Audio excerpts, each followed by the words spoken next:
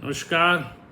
आप सभी को श्रावण मास के शुक्ल पक्ष की द्वितीया की बहुत शुभकामनाएं।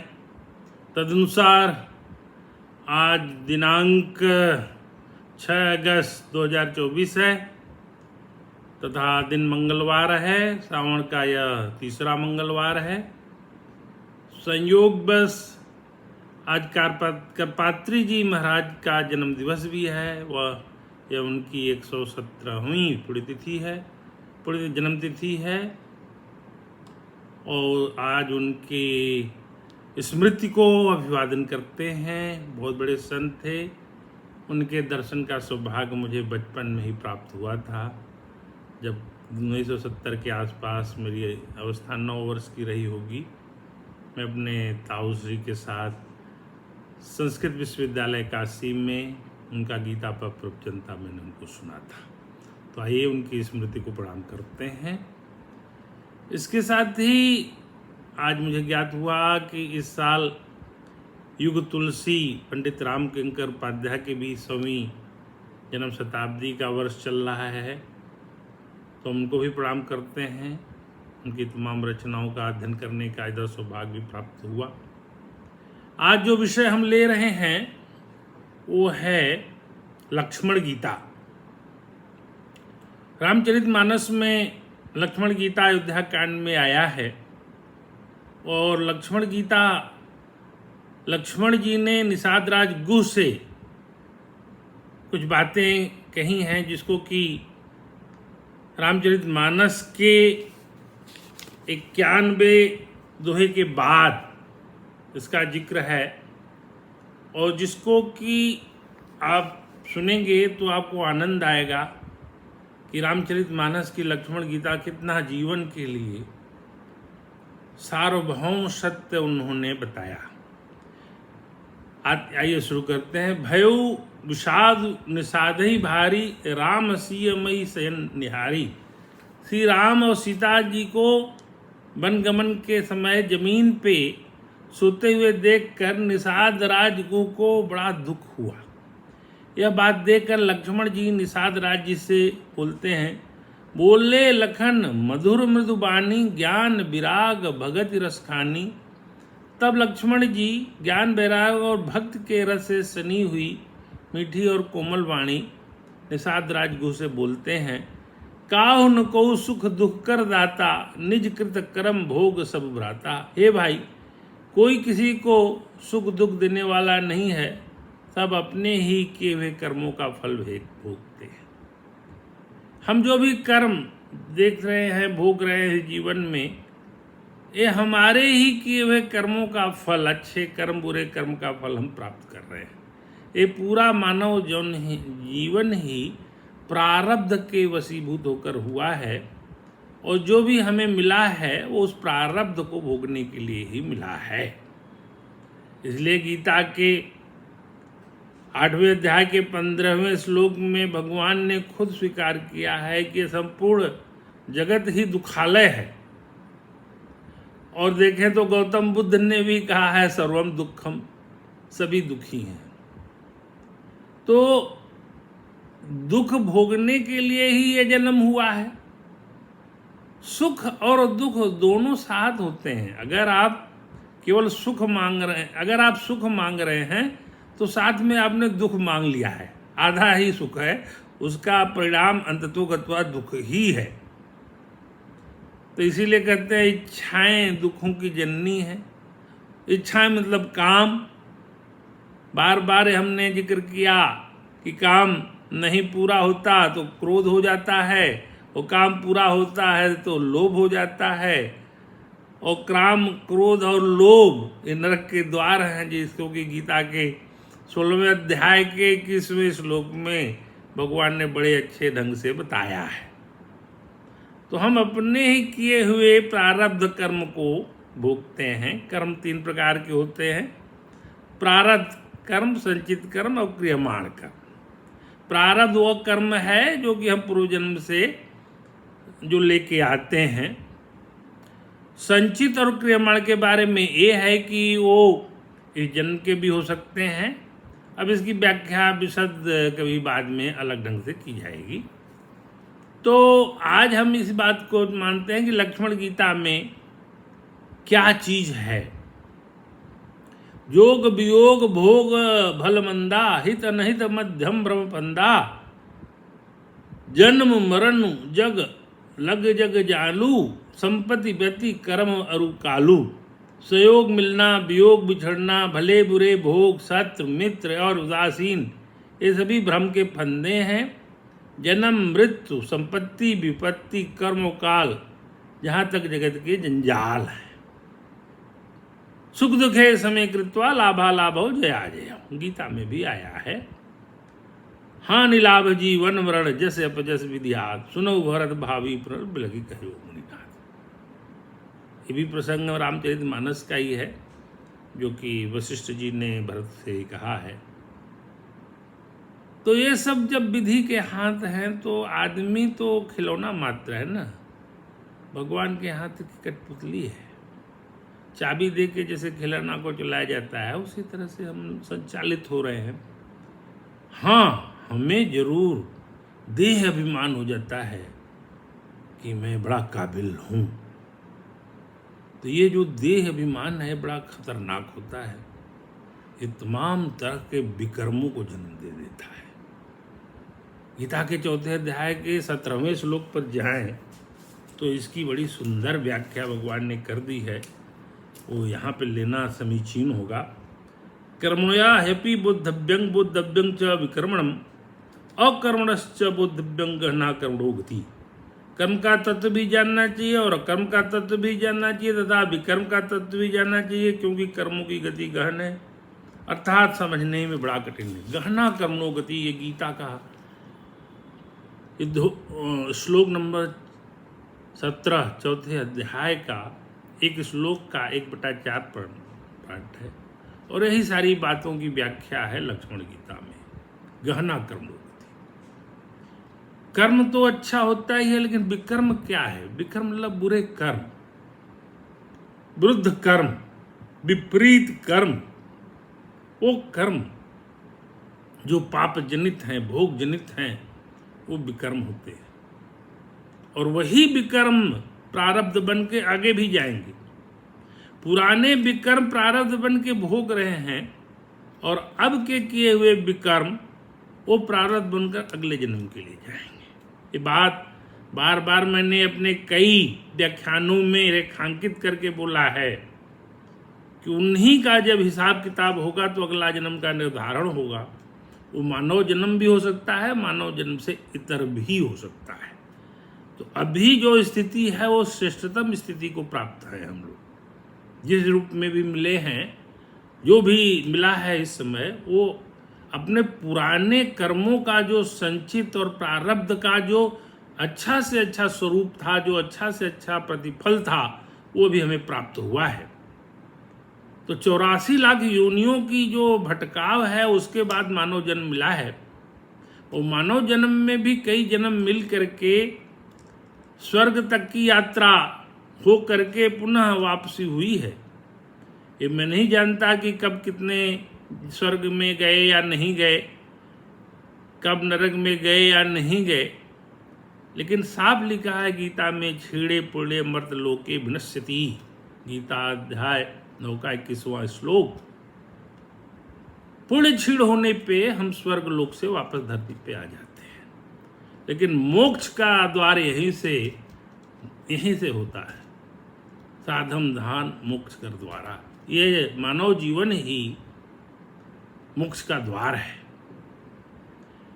एक दिन गुरु पूर्णिमा पे व्याख्यान में मैंने कहा था कि मानव सभी होते हैं, लेकिन मनुष्य कुछ होते हैं। मनुष्य वही होते हैं जो कि अपने विवेक का इस्तेमाल करते हैं, और विवेक बिनु सत्संग विवेक न होई, राम कृपा बिनु सुलभ न सोई। भगवान की कृपा होती है तभी सत्संग मिलता है, और सत्संग, संतों का संग बड़ा दुर्लभ वस्तु है, यह बड़ा आसान नहीं होता। तो आगे बढ़ते हैं। जन्म मरण मह लगी जग जालू, संपत्ति पति कर्म रुकालू, जन्म मृत्यु संपत्ति पति कर्म काल, जहाँ तक जगत जंजाल है। धरनी धाम धन पुर परिवारू, सरग नरक जग जहाँ लग व्यवहारू, देखिए सुनिए गुनिय मन माही, मोह मूल पर मारत नाही। धरती, घर, धन, नगर, परिवार, स्वर्ग और नरक आदि जहाँ तक व्यवहार हैं, जो देखने, सुनने और मन के अंदर विचारने में आते हैं, इन सब का मूल मोह ही है, परमार्थ ये नहीं है। मोह सकल व्याधिनकर मूला, आगे आया है उत्तरकांड में कि मोह सारे व्याधि का मूल है। और सुंदरकांड में भी आया काम क्रोध मद लोभ सब नाथ नरक के पंथ। तो वही बात लक्ष्मण गीता में बड़े अच्छे ढंग से रेखांकित करके लक्ष्मण जी निषाद राजगुरु को बोलते हैं। सपने होय भिखारी जनु, रंग कुनाकपति होय, जागे लाभ न हानि कछु, तिमि प्रपंच जिय जोई। जैसे स्वप्न में राजा भिखारी हो जाए या कंगाल स्वर्ग का स्वामी इंद्र हो जाए तो जागने पर लाभ या हानि कुछ भी नहीं है, वैसे इस दृश्य प्रपंच को हृदय से देखना चाहिए। सपने में हम कई बार राजा हो जाते हैं या रंक हो जाते हैं, जागने पे कुछ नहीं होता, समाप्त हो जाता। वही ऐसा है जगत का व्यवहार है। इसलिए यथास्थिति को प्राप्त होकर के भगवान का स्मरण करना चाहिए। जो स्थिति को प्राप्त है उसको पूरी तरह से स्वीकार करना चाहिए। मैंने नवधा भक्ति में ये लिखा है, ये लिखा भी है और उस दिन उसकी व्याख्या भी की थी कि जो मिला है संतोष करके, संतोषम परम सुखम, कंटेंटमेंट इज हैप्पीनेस, उस हैप्पीनेस को प्राप्त कर लेना चाहिए। क्योंकि धन की तीन ही अवस्था है, दान, भोग या नाश। आजकल मैं देखता हूँ कुछ लोग धन प्राप्त करके बड़े चौड़े हो जा रहे हैं, तो उसका तो तीन ही स्थिति है। बेस्ट है दान, सेकंड है भोग, और नहीं तो नाश निश्चित है। धन का यही तीन ही अवस्था है, चौथी अवस्था है ही नहीं।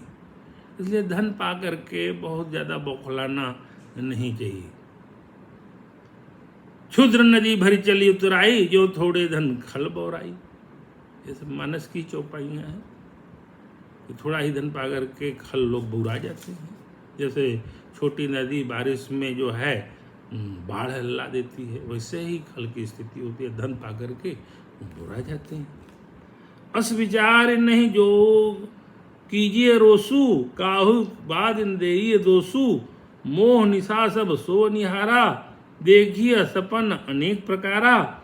ऐसा विचार कर क्रोध नहीं करना चाहिए, न किसी को व्यर्थ दोष ही देना चाहिए। सब लोग मोह रूपी रात्रि में सोने वाले हैं, सोते उन्हें अनेक प्रकार के स्वप्न दिखाई देते हैं। ये जगत का व्यवहार स्वप्नमय है, वैसे ही है ये जगत। यही जन जग जामनी जागे ही जोगी, पार मारथी प्रपंच वियोगी, जानिय तबहि जीव जग जागा, जब सब विषय विलास विरागा। इस जगत रूपी रात्रि में योगी लोग जागते हैं जो परमार्थी हैं और प्रपंच माइक जगत के छूटे हुए हैं। जगत में जीव को जगा हुआ तभी जानना चाहिए जब संपूर्ण भोग विलासों से वैराग्य हो जाए। बहुत बड़ी बात उन्होंने कह दी है कि जब संपूर्ण भोग विलास से वैराग्य हो जाए तब जानिए कि आप जाग गए हैं। बड़ी कठिन स्थिति है ये, संपूर्ण भोग विलासों से वैराग्य हो जाना बड़ी कठिन स्थिति है, बड़ी आसान नहीं है। मैंने अपने व्याख्यानों में बार बार इसको अच्छे ढंग से रेखांकित करके बोला है कि इस जगत के व्यवहार में माया के वशीभूत हो जाते हैं तो बड़ा खतरनाक है। दैवी हेसा गुणमयी मम माया दुरत्या, मामेय प्रपद्यन्ते माया में तंत्रते। गीता अध्याय 7 का 14वां श्लोक कहते हैं कि ये मेरी त्रिगुणमयी माया बड़ी दुरत्य है, बड़ी कठिन है, बड़ी दुष्कर है। जो मुझे दिन रात बचते हैं वही इससे पार पा जाते हैं। ये माया का खेल है, ये बड़ा कठिन है और इस जगत में रह करके विरक्त हो जाना बहुत कठिन साधना है, क्योंकि माया का खेल बहुत व्याप्त है। हनुमान जी को भी जब वो लंका में प्रवेश कर रहे थे तो 3 तरह की परीक्षाएं हुई। सुरसा ने उनकी परीक्षा ली, निश्चरी ने परीक्षा ली और फिर लंकिनी ने परीक्षा ली। सुरसा की परीक्षा सतोगुण थी, तो उन्होंने उनको प्रणाम करके आशीर्वाद मांगा, उन्होंने आशीर्वाद दिया, बोला मैं तो देवताओं के कहने से आई थी आपकी परीक्षा लेने। जो निशिचरी थी, जो राहु की माँ थी,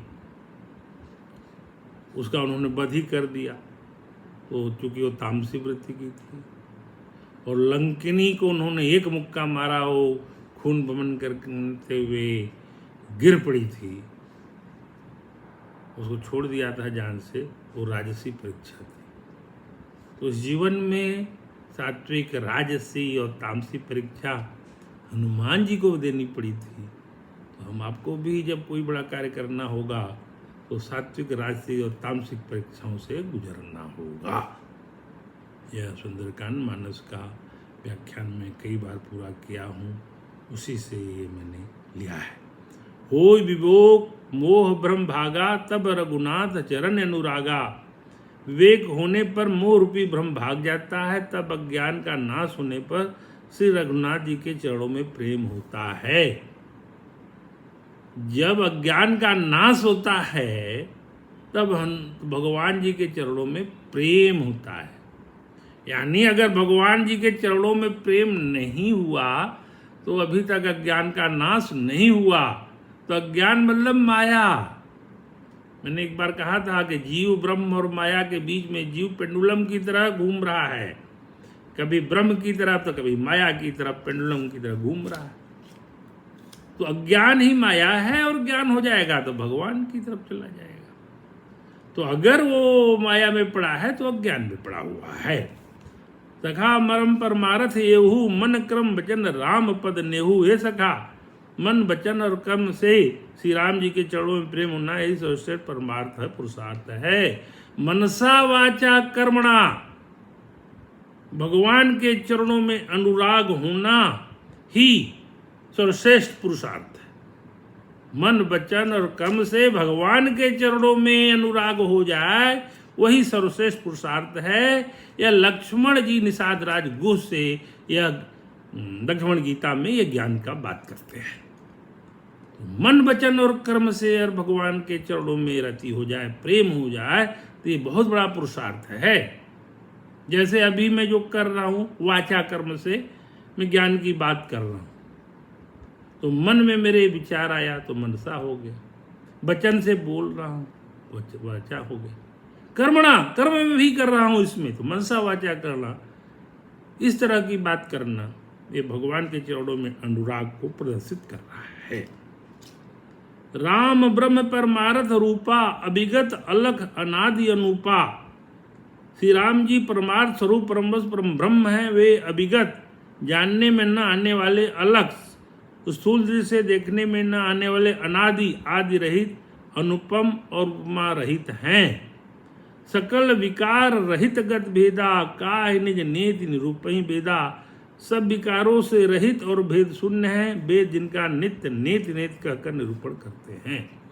बहुत बड़ी बात उन्होंने भगवान के बारे में कही है कि वो अविगत हैं, अलख हैं, अनादि हैं, उपम अनुपम है और सब विकारों से रहित और भेद शून्य है। वेद भी उनके बारे में नीति नेति कहते हैं, जिसका इति न हो सो नीति कहते हैं। इस प्रकार के भगवान के शरण को, भगवान को जो जान लेता है वो जीव मोक्ष की तरफ उत्सुक हो जाता है, अग्रसर हो जाता है। भगत भूमि भूसर सुरभि सुरहित लाग कृपाल, करत चरित धरि मनुज तनु, सुनत मिटहि जग जाल। यही कृपाल श्री रामचंद्र जी भक्त, भूमि, ब्राह्मण, गौर, देवताओं के हित के लिए मनुष्य शरीर धारण करके लीलाएं करते हैं, जिनके सुनने से जगत के जंजाल मिट जाते हैं। भगवान की चर्चा से, भगवान का स्मरण मात्र से जगत के जंजाल मिट जाते हैं। सखा समझ अस परिहरि मोहू, सिय रघुबीर चरण रत होहू।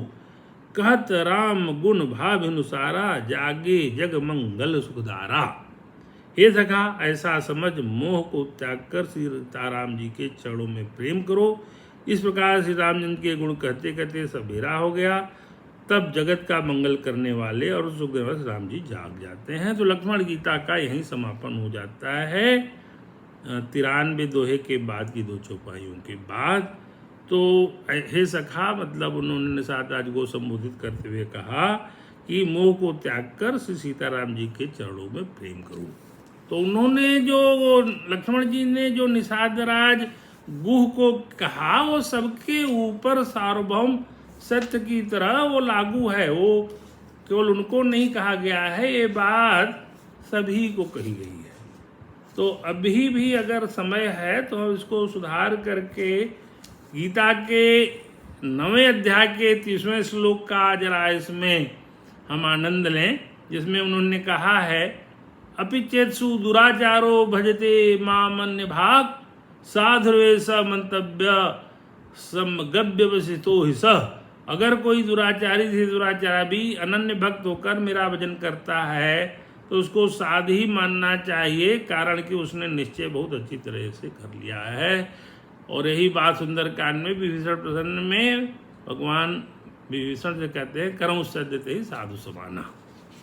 तो अभी भी समय है, अपने को अगर भगवान में समर्पित कर दे, भगवान की शरणागति पालें, तो अभी भी समय है। और समय तुरंत हमें माफ़ कर देगा और भगवान के शरण में जाने में आपके तमाम तरह के जो प्रारब्ध कर्म के दोष हैं समाप्त हो जाते हैं। तो आज की चर्चा को वही विराम देते हैं। आप सबको पुनः श्रावण मास की ढेरों शुभकामनाएं। सर्वे भवन्तु सुखिनः, सर्वे सन्तु निरामया, सद्रे भद्राणि पश्यन्तु मा कश्चित् दुर्भाग् भवेत्। नमस्कार।